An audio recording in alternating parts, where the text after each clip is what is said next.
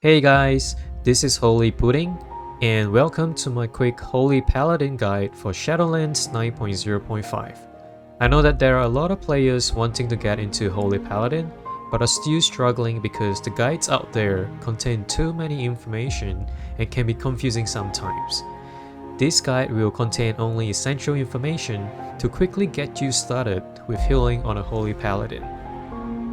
If I'm going too fast, feel free to pause and replay the video. Without further ado, let's get started.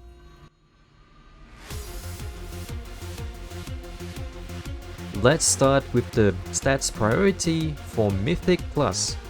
They are ranked from the most to the least reliable and consistent for healing throughput. Let's start from the bottom. The reason why Mastery is at the bottom of the list is because in Mythic Plus condition, you will rarely find all party members stacked in on you to get full benefit from your mastery. As for Critical Strike, although a critical Holy Shock is similar to a non-critical Word of Glory, it is still relying on proc chance. Therefore, it's not really a good idea to be stacking Critical Strike and ignoring the rest of the secondary stats. As for Versatility, it is a stat that not only decreases your damage taken, it also directly increases your healing done, and it's especially good for players who wants to push higher keys. As for Haste, it directly reduces the spell cast time and global cooldown, which means this will allow us to pump out more spells and further increase our chance to proc wings, thus giving us a higher healing throughput. And lastly, we have our Intellect. Intellect will always be our number one stat choice for a primary stat. As for the Trinkets, you want to grab yourself a Sinful Gladiator's Insignia of Alacrity because it gives you a huge amount of base haste and also gives your spells and ability a chance to grant a huge amount of intellect for 20 seconds. For the second trinket, you want to go with Tuft of the Smoldering Plumage. When used correctly, you can help a lot of players cheat death with it.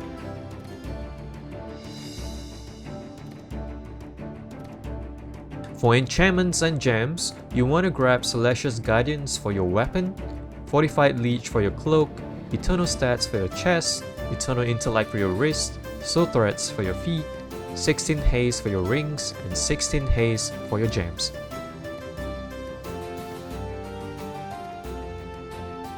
As for consumables, you want to be using Tenebrous Crown Rose Aspect as it gives 30 haste. You want to use Spectral Flask of Power that gives 70 intellect. You want to use Vile Augment Runes that gives you 18 intellect. You want to use the Embalmer's Oil, which gives you a chance to self-heal every time you do damage or healing. You want to also use Heavy Desolate Armor Kit that gives you 32 armor.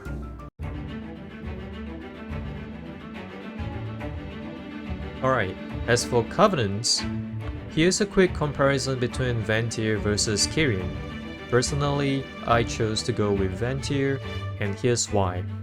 The Ashen Hollow is able to do both AoE heals and damage at the same time, whereas Divine Toe from Kyrian, you have to choose to either use it as an AoE heal or a single target damage, but not both at the same time.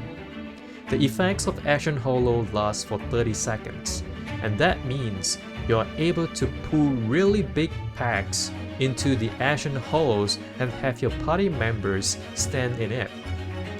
And this is exceptionally good at higher level keys as it is going to be killing the mobs faster, and it's going to save you a lot of time and increase your chance to time higher keys.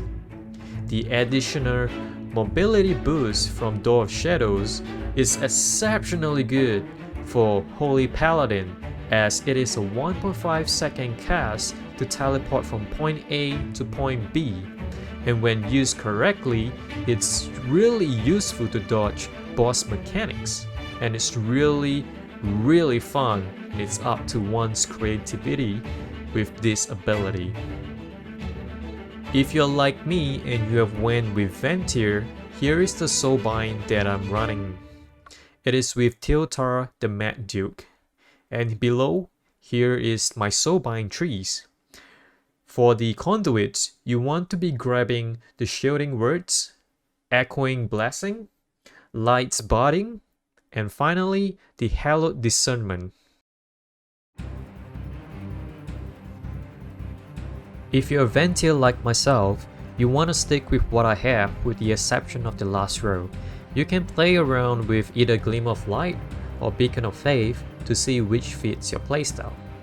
Both builds are viable, and it just comes down to personal preference. Now onto the DPS rotation for Holy Paladin. First, you want to start off with Consecration, and depending on the number of mobs you have, if it's just one mob, you want to use Hammer of Wrath before Shield of Righteous. If it's multiple mobs, you want to use Shield of Righteous before Hammer of Wrath, followed by a Judgment into Holy Shock, and then a Crusader Strike to refresh the cooldown on Holy Shock. And then you go back to refresh your Consecration, and then you start all over again with the DPS rotation.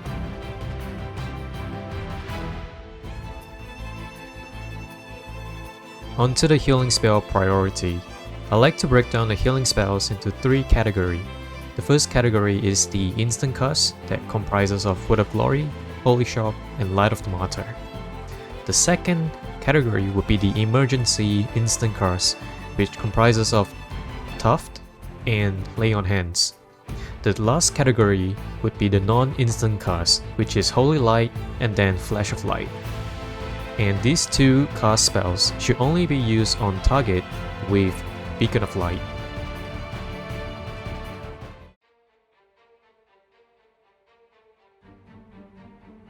Now that we have covered the basic DPS rotations and the healing rotations, I'm going to throw in some Mythic Plus scenarios where I'm going to show you how I respond in terms of healing. So in a regular Mythic Plus dungeon, you have the tank pulling a pack of mobs, and then you basically want to get close to the pack of mob into melee range, where you can generate Holy Power. You open up with Consecration, Judgment into Holy Shock, and then use Crusader Strike to refresh the cooldown of Holy Shock. And then during this time, the tank will be taking some damage, so you want to top him up with Word of Glory, Holy Shock, and then play safe and use Light of the Martyr, and then use Crusader Strike, and then Word of Glory, and then Holy Shock, Light of the Martyr, Crusader Strike, and then Word of Glory, and then Holy Shock, Light of the Martyr, Crusader Strike, and then Holy Shock, Word of Glory, Crusader Strike, Light of the Martyr, Holy Shock, Crusader Strike, and then this.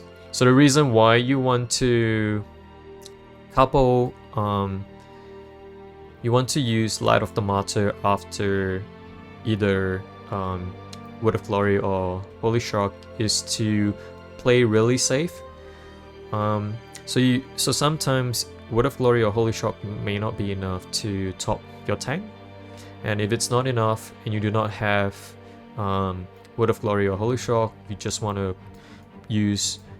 throw in one cheeky Light of the Martyr and then quickly use Crusader Strike to refresh your Holy Shock, and then you can use Holy Shock again into a Word of Glory. So that works really well in close melee range where you can generate Holy Power with no issues. So what happens when you have a tank that has to run away from the mob, and you also have to run in kind of like an opposite direction because you have to dodge mechanics or run around sanguine patches, and basically your distance between you and the mob is getting further and further away where you can't generate any Holy Power. So not to worry, if you can't generate any Holy Power, you can't use Crusader Strike, you have the option to just use Light of the Martyr to cover up that gap while you try to get close to throwing a cheeky Crusader Strike. So basically, you're building up Holy Power, and then the tank runs away, he's slow, throw in a Word of Glory, Holy Shock. If it's not enough, you want to quickly Light of the Martyr, close up the distance between you and the mob, Light of the Martyr, Holy Shock, and then throw in a cheeky Crusader Strike, and then Word of Glory. So that's really helpful if you are having trouble getting into a pack of mobs and you can't generate any holy power. So just remember, if you're in melee range, you can just use Crusader Strike. If you're not in range to generate holy power, don't worry, use Light of the Martyr. So what happens if the tank it's about to die and he's kiting and the mob's caught up to him, and you do not have any Word of Glory, you do not have any Holy Shock, or you can actually just you have to use Tough first, and that helps to allow us the player to cheat death. If that's not enough, if your Tough is on cooldown, you can quickly just use Lay on Hands on the tank or on the player if their health is like around 10% and they're gonna die from the next GCD. So you have two really good emergency casts, which is Tough and Lay on Hands. Another one is, it's not a healing, but it's gonna be like a damage mitigation. What you can do is you can quickly use Blessing of Sacrifice on player or a tank, and then depending on how big or how little damage mitigation the tank has, you can choose to either use a bubble or Divine Protection. I would highly recommend, like, for the first few runs, when you're not sure of how much the damage is, you want to play really safe and just use bubble instead. And as you get more runs and more practice in, and you kind of gauge that maybe bubble is a little bit overkill, you can slowly tone it down and just use Divine Protection instead and just save bubble for another serious AoE damage. So what happens if you're so far away from the ads, you're far away from the tank, you can't generate any holy power, the tank is about to die, you use your Tarf, you use your Lay on Hands, you're also getting damage from like a caster far away. You don't want to use Light of the Martyr, because Light of the Martyr basically return some of the healing as damage back to you. So as you use Light of the Martyr, sometimes you can crit, and you basically crit the return damage back to you as well, and that's kind of risky as well if a caster is targeting you, and you might just get one shot from it. So what can happen from that is you want to instead you want to find a safe spot and you want to just hard cast Holy Light. And Holy Light basically is the same as you throwing in a Word of Glory. So if you can't generate holy power, if you can't generate holy power to use Word of Glory, just hard cast Holy Light. It's the same as you casting Word of Glory.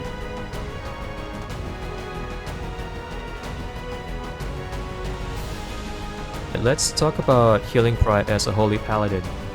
Ideally, you want to split your healing cooldowns and defensives into two groups.